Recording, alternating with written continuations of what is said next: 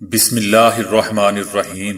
السلام علیکم دوستو، دنیا بھر کی خبروں میں آج آپ سنیں گے، لیکن اس سے پہلے اگر ہو سکے تو سبسکرائب اور لائک ضرور کر لیں، شکریہ۔ ایران کا بحرین کی جانب سے اسرائیل کے ساتھ معاہدے پر شدید رد عمل۔ 37 برس قبل موٹر سائیکل چوری کرنے والا بالآخر پکڑا گیا۔ بھارت میں ڈکیتی کی واردات کرنے والوں کا سینیٹائزر۔ کئی ماہ سرحد پر شدید کشیدگی کے بعد بالآخر چائنا اور بھارت سیز فائر پر متفق۔ کورونا انسان کے بنانے کا ثبوت دوں گی، چائنا سے فرار ہونے والی خاتون سائنسدان کا دعویٰ۔ امریکی فوج عالمی امن کے لیے سب سے بڑا خطرہ ہے، چائنا۔ علامہ ضمیر اختر نقوی دل کا دورہ پڑنے سے انتقال کر گئے۔ خاتون نے گرفتار کرنے والے پولیس آفیسر کو گردہ دے کر اس کی زندگی بچا لی۔ تو آئیے چلتے ہیں اب خبروں کی تفصیل کی جانب۔ ایران نے متحدہ عرب امارات کے بعد بحرین کی جانب سے اسرائیل کے ساتھ معاہدے پر شدید رد عمل دیتے ہوئے اسے شرمناک قرار دیا۔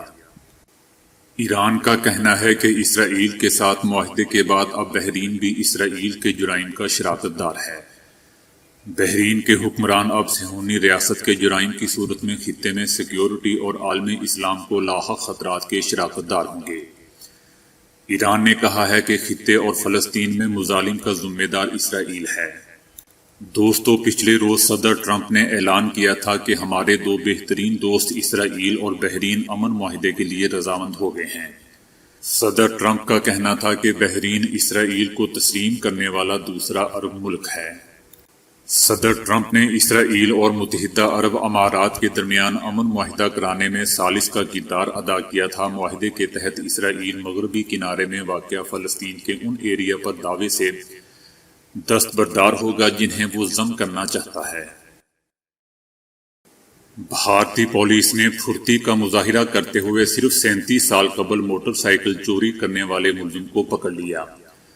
ملزم کا نام رگھوناتھ سنگھ ہے، جو بھارتی ریاست اتر پردیش کے شہر علی گڑھ کا رہائشی ہے۔ اس نے 1983 میں اتر پردیش ہی کے شہر مناگڑی سے ایک موٹر سائیکل چوری کی تھی اور اس کیس میں پولیس کو مطلوب تھا۔ سمارٹ پولیس کی طرف سے اس کی گرفتاری میں مدد دینے والے کے لیے 20,000 روپے کا انعام کا اعلان بھی کر رکھا تھا۔ دوستو، کچھ ہی دن پہلے بھارتی پولیس نے پھرتی کا مظاہرہ کرتے ہوئے ایک بینک ڈکیتی کرنے والے آدمی کو بھی 38 سال بعد پکڑ لیا تھا۔ اس ملزم کا نام شکتی دان سنگھ تھا، جس کی عمر اب 65 سال تھی۔ اس نے اس بینک ڈکیتی میں 3 لوگوں کو بھی مار دیا تھا، لیکن اتنے سالوں تک پولیس سے بچتا رہا، مگر بالآخر پچھلے دنوں اسے پکڑ لیا گیا۔ دوستو، بھارت سے بہت ہی مزے کی خبریں آتی ہیں، کیونکہ جب تک مودی سرکار ہے ایسی خبریں تو آتی رہیں گی۔ بھارت میں ڈکیتی کی ایک واردات ہوئی ہے، جس میں واردات کرنے والے کورونا SOPs پر ایسا عمل درآمد کرتے رہے کہ دیکھ کر آپ بھی دنگ رہ جائیں گے۔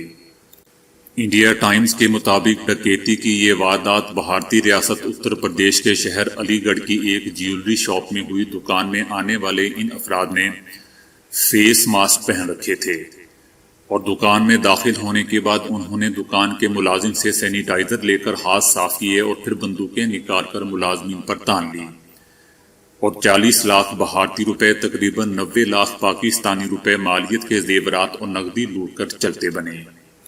سوشل میڈیا پر وائرل ویڈیو میں آپ دیکھ سکتے ہیں کہ یہ لوگ اطمینان کے ساتھ محض 30 سیکنڈ کے وقت میں زیورات کے شو کیس اور تجوری کا صفایا کر کے لوٹ کا سامان ایک بیگ میں بھرتے اور چلتے بنے۔ دوستو، پولیس نے ڈکیتی کا مقدمہ درج کر لیا ہے اور امید ہے کہ یہ بھی 40 سال کے بعد پولیس کو مل جائیں گے۔ تبت کے علاقے میں چینی اور بھارتی اہلکار کئی مہینوں سے آمنے سامنے تھے اور کشیدگی ہر گزرتے دن کے ساتھ بڑھ رہی تھی۔ دونوں اطراف سے فائر بندی کا 45 سالہ معاہدہ بھی توڑتے ہوئے فائرنگ بھی انہوں نے کر ڈالی تھی۔ دونوں ممالک کے درمیان کشیدگی کو کم کرنے کے لیے ایک معاہدے پر اتفاق بھی ہوا ہے اور طے یہ پایا ہے کہ دونوں ملکوں کے اہلکار لداخ اور تبت کے اس علاقے سے فوری طور پر پیچھے ہٹ جائیں گے، جہاں وہ کئی مہینوں سے دو بدو کھڑے ہیں۔ دوستو اسی علاقے میں 15 جون کو ڈنڈوں اور پتھروں سے ہونے والی ایک جھڑپ میں ایک کرنل سمیت 20 بھارتی فوجی مارے گئے تھے۔ چائنا کے شہر ووہان میں جب کورونا پھیلا تو جن چند ماہرین نے اس کے متعلق ابتدائی طور پر دنیا کو خبردار کیا تھا ان میں ہانگ کانگ کی معروف ویرالوجسٹ ڈاکٹر لی منگ بھی شامل تھی، جو بعد میں چینی حکام کے ہاتھوں گرفتاری کے خوف سے فرار ہو کر امریکہ چلی گئی تھیں۔ امریکہ پہنچنے کے بعد انہوں نے مبینہ دعویٰ کیا تھا کہ چینی حکومت جان بوجھ کر کورونا کے متعلق حقائق دنیا سے چھپا رہی ہے۔ اب ڈاکٹر لی منگ نے اس حوالے سے ایک اور تہلکہ خیز اعلان کر دیا ہے۔ ڈاکٹر لی منگ کا کہنا ہے کہ چینی حکومت کی طرف سے دنیا کو جو بتایا گیا کہ کورونا ووہان کی گوشت کی مارکیٹ سے پھیلا، یہ محض ایک دھوکہ ہے۔ در حقیقت یہ کورونا انسان کا بنایا ہوا ہے جو لیبارٹری میں تیار کیا گیا ہے۔ لیکن دوستو یاد رہے کہ اس کے برعکس مغربی ممالک کے سائنسدانوں کی کئی ٹیمیں اپنی تحقیقات میں بتا چکی ہیں کہ یہ کورونا لیبارٹری میں نہیں بنایا گیا۔ بہرحال ڈاکٹر لی منگ نے اعلان کیا ہے کہ وہ بہت جلد ایسے ثبوت سامنے لانے جا رہی ہے جس سے ثابت ہو جائے گا کہ کورونا لیبارٹری میں بنایا گیا ہے۔ ڈاکٹر لی کا دعویٰ ہے کہ وہ جو ثبوت سامنے لانے جا رہی ہے ان کو سائنسدان ہی نہیں بلکہ عام لوگ بھی پڑھ سکیں گے اور حقیقت معلوم کر سکیں گے۔ ڈاکٹر لی کا کہنا ہے کہ کورونا کی یہ قسم جو ایک وبا کی صورت میں دنیا میں پھیلی ہوئی ہے یہ چمگادڑوں سے نہیں بلکہ لیبارٹری میں تیار کی گئی ہے۔ دوستو ڈاکٹر لی یونیورسٹی آف ہانگ کانگ میں تحقیقات کے طور پر کام کرتی تھیں۔ فرار ہو کر امریکہ جانے کے بعد انہوں نے یہ بھی دعویٰ کیا تھا کہ چینی حکومت نے حکومتی ڈیٹا بیس میں میرا تمام ڈیٹا ڈیلیٹ کر دیا ہے۔ دوستو یہ بھی یاد رہے کہ ڈاکٹر لی امریکہ میں کسی خفیہ مقام پر قیام پذیر ہیں۔ ان کا کہنا تھا کہ انہوں نے کورونا کے متعلق حقیقت دنیا کو بتائی جس کی وجہ سے ہانگ کانگ میں چینی حکام کے ہاتھوں ان کی زندگی کو خطرہ لاحق ہو گیا تھا اور وہ فرار ہو کر امریکہ جانے پر مجبور ہو گئی تھیں۔ 2 ستمبر کو امریکی محکمہ دفاع کی جانب سے کانگریس میں جمع کروائی گئی رپورٹ میں چینی افواج کو امریکہ کے قومی مفاد اور عالمی امن کے لیے خطرہ قرار دیا گیا تھا۔ اس رپورٹ کے رد عمل پر چائنا کا کہنا ہے کہ امریکہ کی جانب سے حقائق کو مسخ کیا گیا ہے اور غلط رنگ دیا گیا ہے۔ چائنا کا کہنا ہے کہ اس رپورٹ میں ہماری آرمی اور 1.25 ارب سے اوپر چینی لوگوں کے رشتوں کو کمزور کرنے کی بھی کوشش کی گئی ہے۔ چائنا کا کہنا ہے کہ کئی گزرے برس اس بات کا واضح ثبوت ہیں کہ یہ امریکہ ہی ہے جو علاقائی بے چینی اور عالمی سطح پر امن کو برباد کرنے والا ملک ہے۔ امریکہ کی جانب سے افغانستان، عراق، لیبیا، شام اور دیگر ممالک میں 2 دہائیوں کے دوران کی گئی جارحیت کے نتیجے میں 8 لاکھ سے اوپر افراد اپنی جان دے چکے ہیں اور کروڑوں لوگ نقل مکانی پر مجبور ہو چکے ہیں۔ چائنا کا مزید کہنا تھا کہ اپنی غلطیوں کا اعتراف کرنے کی بجائے امریکہ نے ایک نام نہاد رپورٹ جاری کی ہے جس میں چائنا کی معمول کی دفاعی ترقی کے بارے میں جھوٹے دعوے کیے گئے ہیں۔